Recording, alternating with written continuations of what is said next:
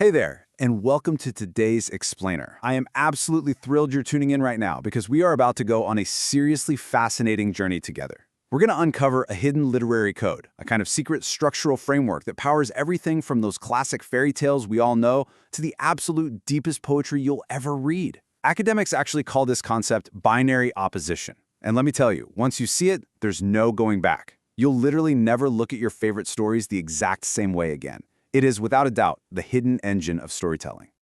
Okay, let's dive right into our roadmap for this explainer. First up, we've got the power of two. Next, why writers use opposites. Then, opposites in action. And finally, spotting the hidden code. Section 1. The power of two. So, to really get a grip on this concept, we need to establish one simple, universally understood truth. And that is, contrast is absolutely everywhere in human storytelling. You see, as human beings, we naturally understand the world by comparing things to what they are not. Writers, well, they know this. They use this built-in human instinct to lay the very foundations of their narratives. So, the formal definition of binary opposition is the contrast between two opposite ideas, characters, values, symbols, or concepts in a literary text. But if we just break down the literal words, it makes total sense. Binary simply means two. Opposition means being opposed or contrasted. Put them together and we're really just talking about a pair of ideas that are completely different from or entirely opposite to each other. Let's ground this academic definition right away. Think about the most intuitive, classic conflict we all instantly recognize: good versus evil. When you picture your favorite hero and your absolute most despised villain clashing, you are looking directly at a binary opposition. It's a real game changer for a narrative, because this pair instantly sets the stakes for the reader. And here is another completely timeless juxtaposition: light versus darkness. I mean, you see this absolutely everywhere in literature. The reason writers rely on pairs like these so heavily is that they naturally help us, the readers, compare and understand ideas more clearly. If a writer wants you to truly feel the purity of the light in a story, what do?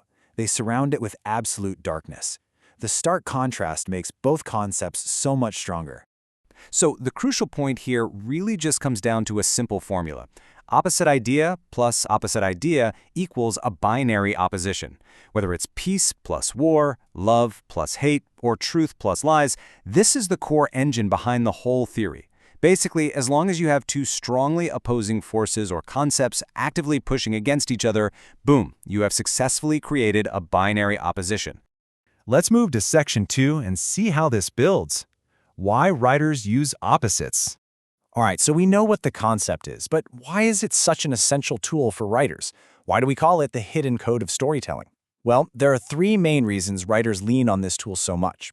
Number one, it helps the reader understand the conflict. Number two, it helps them understand the overarching theme. And number three, it's used to create incredibly strong imagery. Without these opposites, stories would lack tension, the themes would feel totally muddy, and descriptions, they just fall completely flat. Let's look a little closer at how this actually works. Check out how this works in practice. We can have a very literal narrative element, like a hero physically fighting a villain. This gives us the binary of good versus evil to drive the literal physical conflict of the story. But we can also have a much more abstract scenario, like a group of people finally gaining freedom after years of oppression. That gives us the binary of freedom versus oppression.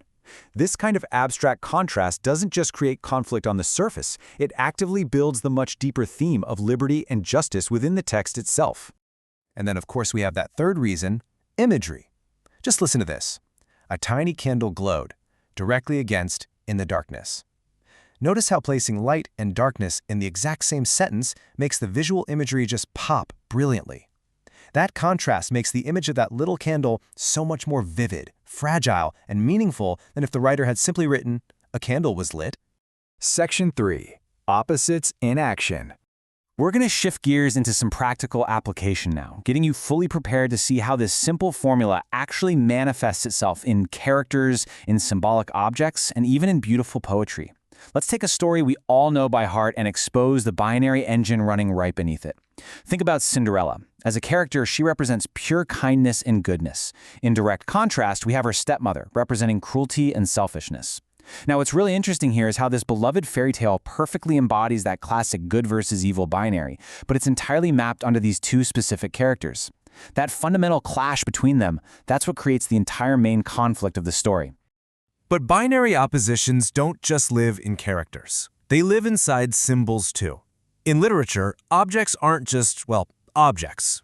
A dove paired against a sword, those aren't just a bird and a weapon. They are physical, symbolic manifestations of the massive peace versus war binary. Similarly, light and darkness very often serve as symbols for the deeply emotional binary of hope versus despair. Let's look at how a poet might actually use this in a line. A white dove crossed the sky of war. I want you to mentally scan that sentence for just a second. Look for the hidden code we've been talking about. What two opposing forces are pushing against each other right there in that single poetic line? Boom! Here is the code extracted perfectly. On one side, we've got the dove, representing peace. On the flip side, we have war, representing ultimate conflict.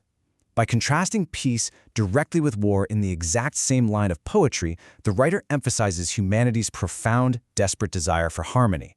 It's the tension between those two specific concepts that actually gives the poem all its emotional weight. Okay, let's examine a second piece of poetry. Hope rose with the sunrise, while despair faded into the night. This is such a beautiful juxtaposition, right? The writer is playing with the natural, everyday cycle of morning and night, sunrise and darkness. But if we dig a little deeper, what is the underlying structure? The core binary opposition running the show here is hope versus despair. The poet is specifically using these opposites to suggest a really powerful theme. That difficult, despairing situations can absolutely be overcome through hope just as surely as the sunrise overcomes the night. The binary opposition basically delivers that entire theme straight to the reader's subconscious. Which brings up a really fascinating question. So how do everyday words actually represent these massive abstract concepts? I mean, how does a simple feathered bird come to hold the heavy weight of global peace?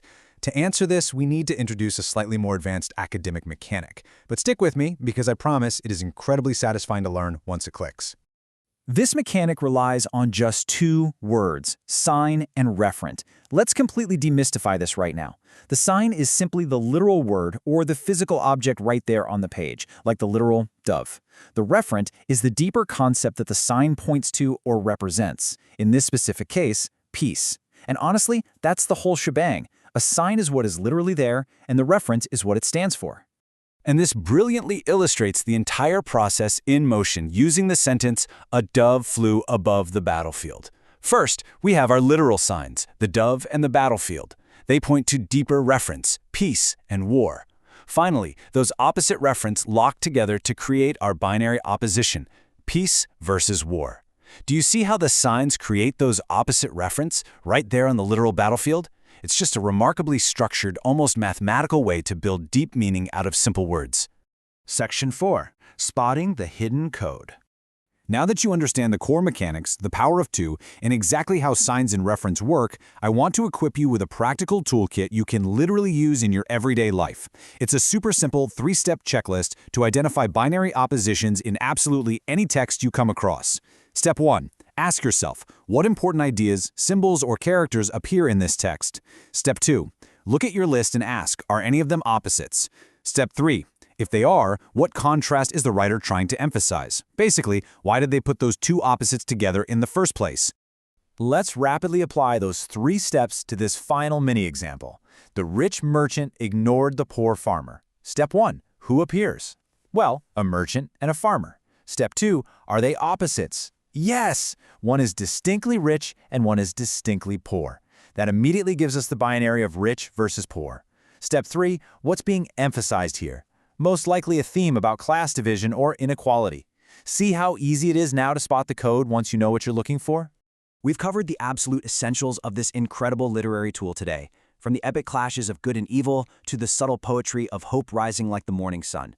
I'll leave you with this final, provocative thought. The next time you watch a movie, read a book, or even just listen to a story told by a friend, what hidden binary oppositions will you uncover? Now that you know the secret code, I guarantee you're going to start seeing it absolutely everywhere. Thank you so much for joining me in this explainer, and hey, happy hunting!